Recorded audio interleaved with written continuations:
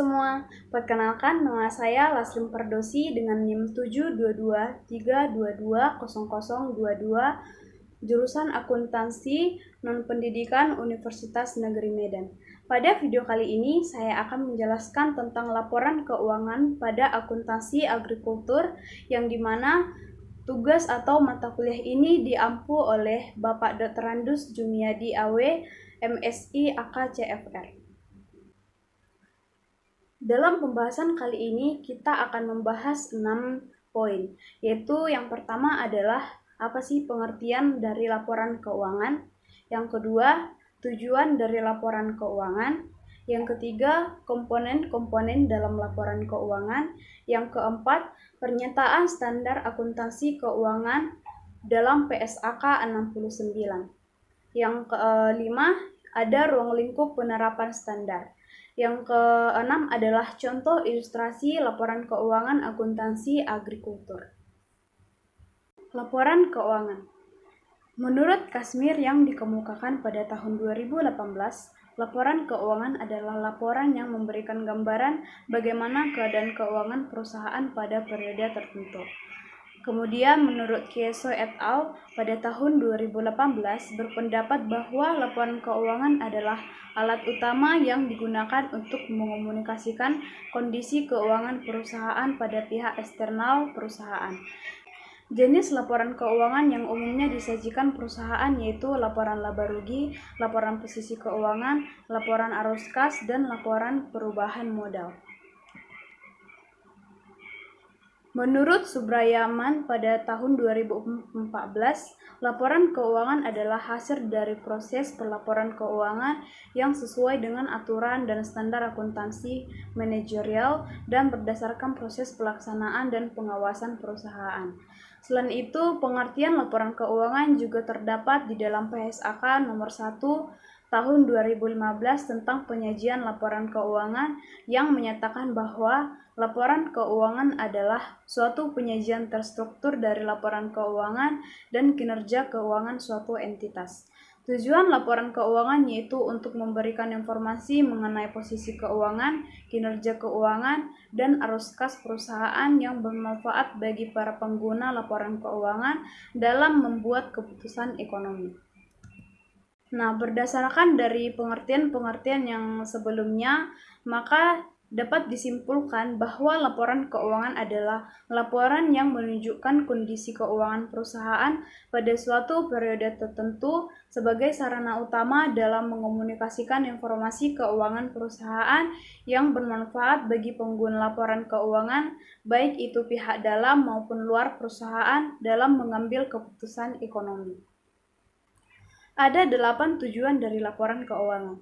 Yang pertama yaitu menilai kinerja, yang kedua menilai kualitas manajemen, yang ketiga mengestimasi prospek di masa mendatang, yang keempat menilai kekuatan dan stabilitas keuangan, yang kelima menilai kesanggupan perusahaan untuk melunasi utangnya, yang keenam menilai tentang likuiditas, yang ketujuh, menilai risiko dan ketidakpastian, dan yang terakhir adalah untuk membuat suatu perbandingan.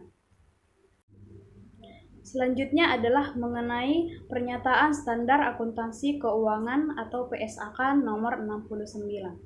Dalam pernyataan standar akuntansi keuangan nomor 69 tentang aset biologis atau produk agrikultur yang diakui apabila telah memenuhi beberapa kriteria yang sesuai dengan pengakuan aset. Pengukuran aset biologis dilakukan pada nilai wajar yang dikurangi dengan biaya untuk menjual, kecuali nilai wajar tidak dapat diukur secara andal baik pada saat pengakuan awal maupun pada akhir periode laporan. Di dalam PSAK nomor 69 mengatur mengenai perlakuan akuntansi dan pengungkapan yang terkait dengan aktivitas agrikultur yang merupakan hasil panen dari aset biologis milik entitas pada titik panen. Selain itu, PSAK nomor 69 juga mengatur mengenai transformasi biologis yang terdiri dari proses pertumbuhan, degenerasi, produksi, dan prokreasi yang mengakibatkan perubahan kualitatif atau kuantitatif aset biologis. Pencatatan aktivitas agrikultur menurut PSAK nomor mencakup 3 hal penting, yaitu yang pertama adalah pencatatan pada aset biologis, kecuali untuk tanaman yang produktif.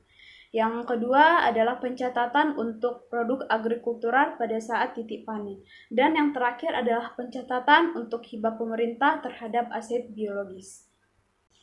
Komponen laporan keuangan pada akuntansi agrikultur meliputi 5 dasar keuangan yang dimuat dalam PSAK nomor 1, yaitu adalah yang pertama, laporan posisi keuangan. Laporan posisi keuangan merupakan bagian dari laporan keuangan suatu perusahaan yang dihasilkan pada suatu periode akuntansi yang menunjukkan posisi keuangan perusahaan pada akhir periode tersebut. Neraca minimal terdiri dari pos-pos yang meliputi kas dan setara kas, piutang usaha dan piutang lainnya, persediaan, properti investasi, aset tetap, aset tidak berwujud, utang usaha dan utang lainnya, aset dan kewajiban pajak, kewajiban diestimasi, dan ekuitas. Yang kedua, ada laporan laba rugi. Laporan laba rugi adalah laporan yang menyajikan hubungan antara penghasilan dan beban dari entitas. Laba sering digunakan sebagai ukuran kinerja atau sebagai dasar untuk pengukuran lain, seperti tingkat pengembalian investasi atau laba per saham. Unsur-unsur laporan keuangan yang secara langsung terkait dengan pengukuran laba adalah penghasilan dan beban. Laporan laba rugi minimal mencakup pos-pos yang meliputi pendapatan, beban keuangan, bagian laba atau rugi dari investasi yang menggunakan metode ekuitas, beban pajak, dan laba rugi atau neto. Yang ketiga, ada laporan perubahan ekuitas atau laporan perubahan modal, yaitu laporan yang menginformasikan adanya perubahan ekuitas dari suatu periode tertentu. Periode yang digunakan itu biasanya bisa dalam 1 bulan atau bisa juga dalam 1 tahun. Melalui laporan ini, para pembaca dapat mengetahui apa saja sebab-sebab perubahan ekuitas selama periode tertentu. Yang keempat, ada laporan arus kas. Laporan arus kas adalah laporan yang menyajikan informasi tentang arus kas masuk dan arus kas keluar dan setara kas suatu entitas untuk suatu periode tertentu. Laporan ini digunakan untuk mengetahui penggunaan dan penghasilan dari kas dan setara kas. Arus kas diklasifikasikan berdasarkan aktivitas operasi, investasi, dan pendanaan. Pengguna informasi ini adalah meliputi investor, kreditor, dan juga pengguna-pengguna lainnya. Dan yang kelima ada catatan atas laporan keuangan.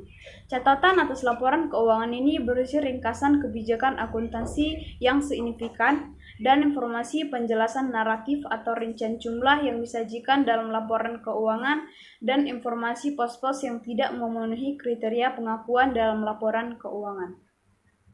Yang terakhir adalah saya akan menjelaskan contoh ilustrasi laporan keuangan akuntansi agrikultur. Yang pertama, laporan posisi keuangan. Laporan posisi keuangan dari budidaya benih padi ABC. Di sini telah dilampirkan laporan posisi keuangan pada akhir tahun 2020 dan pada akhir tahun 2019. Yang dimana di sini aset terdiri dari 3 bagian, yaitu aset lancar, aset biologis, dan aset tetap. Selanjutnya ini ada liabilitas jangka pendek yang terdiri atas utang usaha dan ekuitas yang terdiri dari modal dan saldo laba. Maka dapat disimpulkan sebenarnya laporan posisi keuangan akuntansi keuangan dan laporan posisi akuntansi agrikultur itu kurang lebih sama dan pengerjaannya juga sama.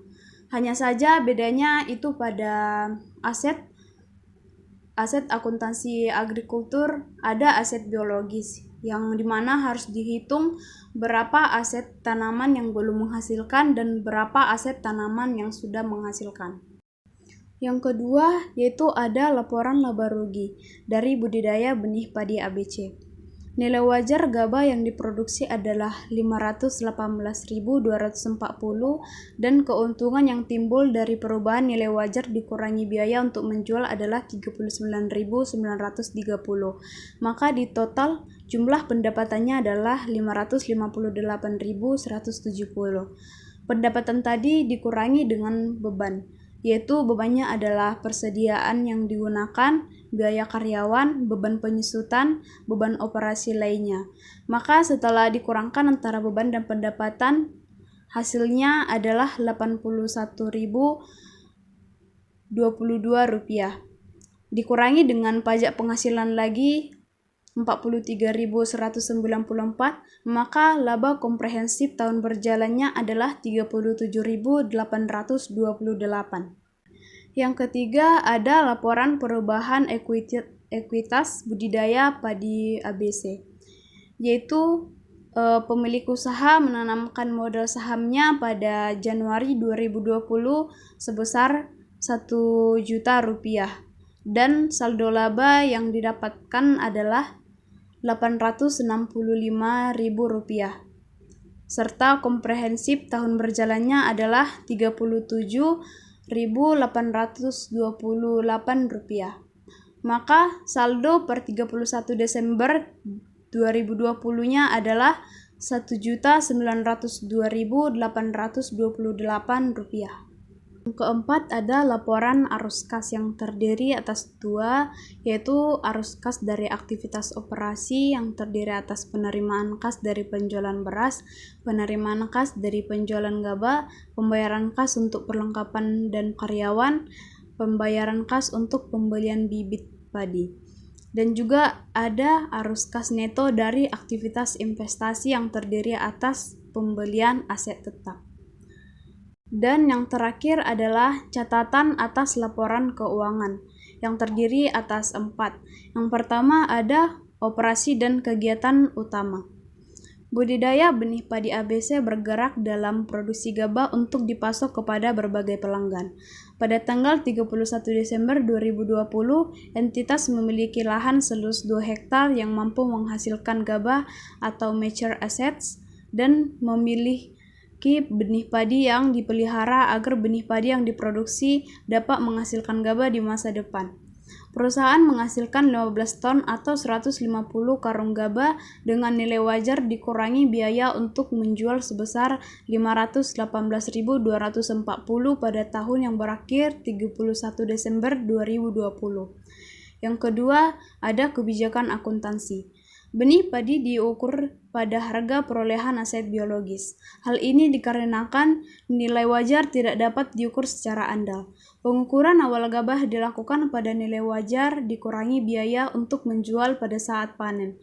Nilai wajar gabah didasarkan pada harga aset biologis pada pasar aktif dan biaya untuk menjual terdiri dari komisi yang diberikan untuk perantara atau penyalur serta kewajiban lainnya. Yang ketiga adalah aset biologis, yaitu rekonsiliasi dari aset biologis yang dimana jumlah tercatat per 1 Januari 2020 adalah 459.570. Kenaikan karena pembelian sebesar 26.250. Keuntungan yang timbul dari perubahan nilai wajar dikurangi biaya untuk menjual yang didistribusikan ke perubahan fisik adalah 15.350. Keuntungan yang timbul dari perubahan nilai wajar dikurangi biaya untuk menjual yang didistribusikan ke perubahan harga adalah 24.580. Penurunan karena penjualannya adalah 100.700. Maka dikurangkan jumlah aset biologisnya per 31 Desember 2020 adalah Rp425.050. Dan yang terakhir ada strategi resiko manajemen keuangan. Perusahaan terekspos pada resiko keuangan yang timbul dari perubahan harga gabah. Perusahaan tidak mengantisipasi bahwa harga gabah akan menurun secara signifikan di masa depan. Oleh karena itu, tidak menyepakati suatu kontrak derivatif atau kontrak lain untuk mengelola resiko penurunan harga gabah. Perusahaan melakukan telaah atas prospek harga gabah secara teratur dalam mempertimbangkan kebutuhan manajemen risiko keuangan yang aktif. Baiklah, sekian hasil pemaparan presentasi dari saya. Saya minta maaf jika ada kesalahan kata atau pembacaan. Atas perhatiannya saya ucapkan terima kasih.